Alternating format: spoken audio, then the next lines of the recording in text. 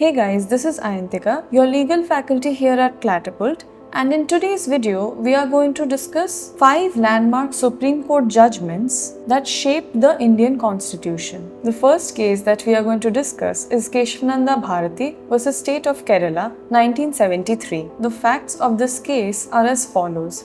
Keshavananda Bharati was the head of a religious institution in Kerala. The state government passed laws to take over the Mutt's land under the Land Reforms Act. Bharati challenged this law, claiming that it violated his fundamental rights to property and religion. Secularism, judicial review, free and fair elections cannot be amended or even destroyed by the parliament. Second case would be Maneka Gandhi vs. Union of India, 1978. The facts of this case are as follows. Maneka Gandhi's passport was impounded, that is taken away by the Indian government without giving her any reason or chance to defend herself.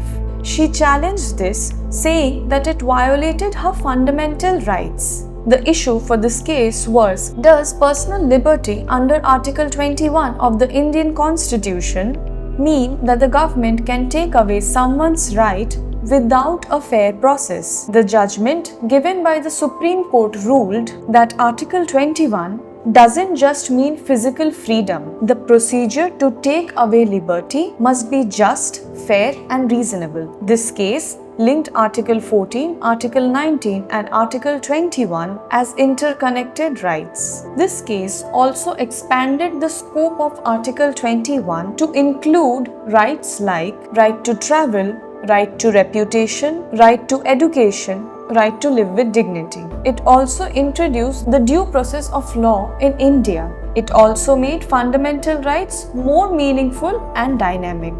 The third case would be K.S. Puttaswamy vs. Union of India, 2017. The facts of the case are as follows. Justice K.S. Puttaswamy challenged the Aadhaar scheme, saying that making Aadhaar mandatory was a violation of person's right to privacy. The issue for this case was whether right to privacy was a fundamental right or not under the Indian Constitution. A 9-bench judge of the Supreme Court unanimously held in this case that right to privacy is a fundamental right protected under Article 21 of the Constitution. Privacy includes control over personal data, bodily integrity, and dignity. This case also overruled earlier cases like MP Sharma 1954 and Khadak Singh of 1962 that said that privacy is not a fundamental right. The fourth case would be Indira Nehru Gandhi versus Raj Naren,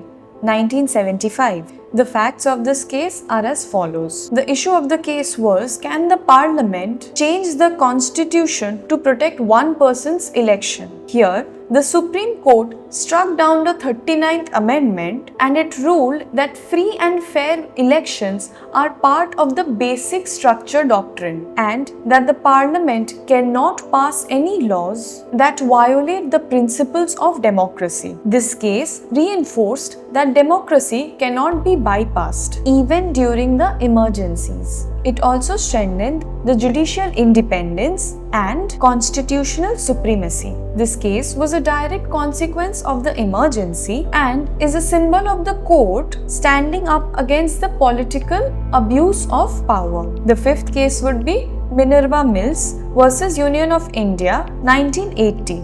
The facts of the case are as follows. The government nationalized the Minerva Mills, a private company, and amended the constitution to say that the directive principles of state policy, DPSP, would have more importance than fundamental rights. The issue of the case was, can Parliament weaken the fundamental rights in the name of implementing DPSP? The Supreme Court in this case held that both fundamental rights and directive principles are an essential and that the Parliament cannot destroy the balance between the two and that unlimited amending power is unconstitutional.